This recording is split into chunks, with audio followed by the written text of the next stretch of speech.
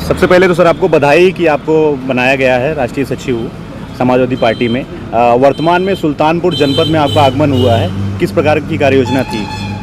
सुल्तानपुर में एक हमारे विश्वकर्मा ब्रिगेड के पदाधिकारी हैं आशीष विश्वकर्मा, उनके यहाँ शादी में एट होम में जा रहे, तो यहाँ पर विश्वकर्मा ब्रिगेड के नौजवानों ने हमारा स्वागत किया, पार्टी के भी नौजवानों ने हमारा स्वागत किया और जगह जगह पर स्वागत हुआ। एक्सप्रेस से उतरने के बाद वहाँ पर कूड़ेभार में, इसके बाद यहाँ, उसके बाद अमर चौराहे पर जगह जगह लोगों ने स्वागत किया, क्योंकि पहली बार हमारा जनपद में आगमन हुआ है।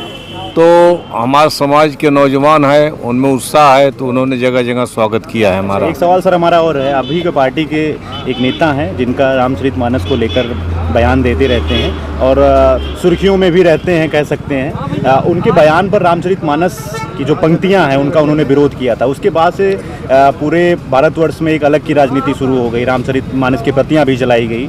कहाँ तक नहीं, देखिए इसको जो है उनके बयान को ट्विस्ट किया जा रहा है।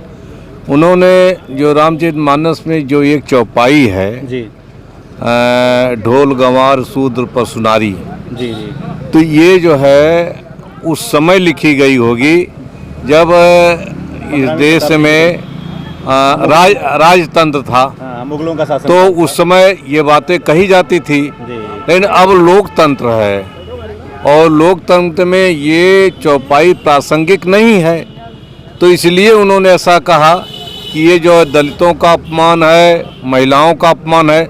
समाजवादी पार्टी सभी धर्मों का सम्मान करती है, समाजवादी पार्टी भगवान राम का सम्मान करती है, रामचरितमानस का भी सम्मान करती है और साथ साथ समाजवादी पार्टी दलितों, महिलाओं, पिछड़ों सबका सम्मान करती है।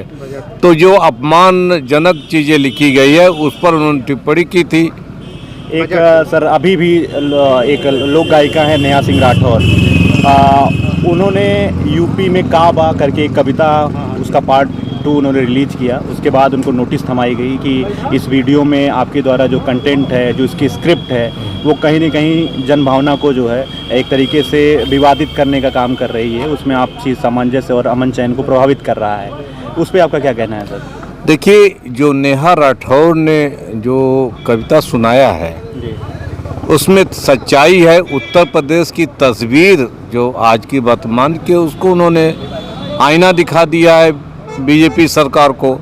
तो सरकार को चाहिए कि जो कमियां हैं उसको दूर करे, तो न करने के बजाय जो है उन्होंने पुलिस से नोटिस दे दिया है। तो ये हुआ कि कोई सरकार की आलोचना नहीं कर सकता जी। अगर सरकार कानपुर में बुलडोजर से एक महिला को जो है का घर गिरा दिया जाता है, माँ और बेटी को जिंदा जला दिया जाता है, अगर उन्होंने उसमें बयान किया तो इसमें बुराई क्या है? सरकार को तो इस पर अधिकारियों पर कार्रवाई करनी चाहिए। सरकार को तो ये सुनिश्चित करना चाहिए कि इस तरह की घटनाएं भविष्य में ना हो।